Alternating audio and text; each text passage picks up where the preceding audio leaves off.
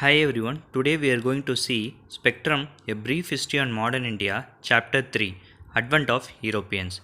In the previous video, we have discussed about the foundation of the French centers in India like Pondicherry and the early setback for the French East India Company and how the French East India Company was reorganized and the rise and fall of the duplex in India.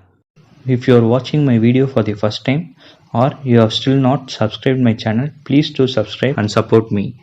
Now let's see about the Anglo-French struggle, which was formerly called as Carnatic War. The background of the struggle was both had the vision of empire building. The both had a traditional rivalry throughout history. It began with the Austrian War of Succession and ended with the conclusion of the Seven-Year War. In 1740, the South Indian political situation was uncertain and confused. Nizam Asaf Shah of Hyderabad was old and engaged in the battles with Marathas. The struggle for the succession started then. The Coromandel coast, there were no strong ruler, and the decline of the Hyderabad was a signal for the end of Muslim expansionism in India. Now let's see the first Carnatic War, which held between 1740 to 1748. The background of the war was the Carnatic was the name given by the British to the Coromandel coast and its hinterland. The war started immediately after the Austrian War of Succession. The causes of the war were the English Navy under Barnett seized the French ships. In 1746, French retaliated by seizing Madras. French were helped by the fleet from Mauritius and Slay of France under Admiral La Bourdonnais, who was the French governor of Mauritius. Then on, war started. The result was war ended in 1748 with the Treaty of Aix-la-Chapelle. The English got back Madras while French got back its territories in North America. Significance of this first war was Battle of Santhome in Madras. The battle was between the French forces and Anwaruddin, who was the Nawab of Carnatic, who was helped by the English. The war held at Santhome on the banks of the river Adayar. Captain Paradise from French on one side, who was opposed by Mufas Khan on other.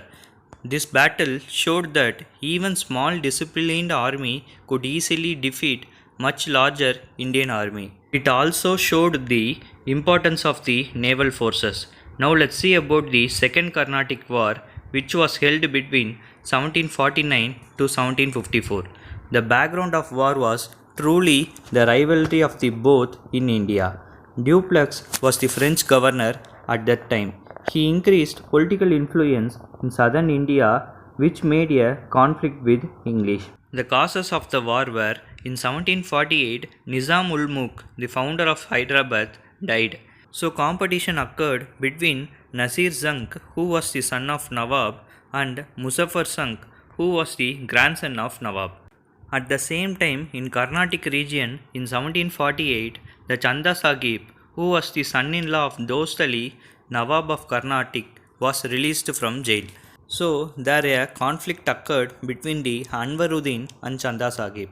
The French supported the Muzaffar Jung on Hyderabad and Chanda Sahib in Carnatic, while British supported Nasir Jung in Hyderabad and Anwaruddin in Carnatic. Now let's see the course of war.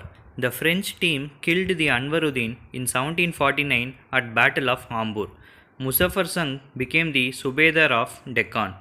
Dupleix became governor of all Mughal territories in south of River Krishna. The French army under Bussy was stationed at Hyderabad to secure the French interest. Now let's see the Robert Clive's plan. Trichy was seized by Chanda Sahib, so Robert Clive suggested a diversionary attack on Governor of Madras, Sanders. So he suggested a southern raid on Arcot, which was the capital of Carnatic, to relieve the pressure of Trichy. As expected, Chanda Sahib left the Trichy and rushed to save his capital Arcot. In 1751, with the small force, Robert Clive captured the Arcot. Then on, he was called as the hero of Arcot. The Chanda Sahib remained cooped up in Srirangam Island. In 1752, he was forced to surrender. The Muhammad Ali executed Chanda Sahib. British failed to interfere in this execution. Now let's see the result of this war. French had a heavy financial loss. Then the duplex was recalled to France in 1754. Goodhue, who succeeded the duplex as French Governor General in India, negotiated with the English and a treaty was signed.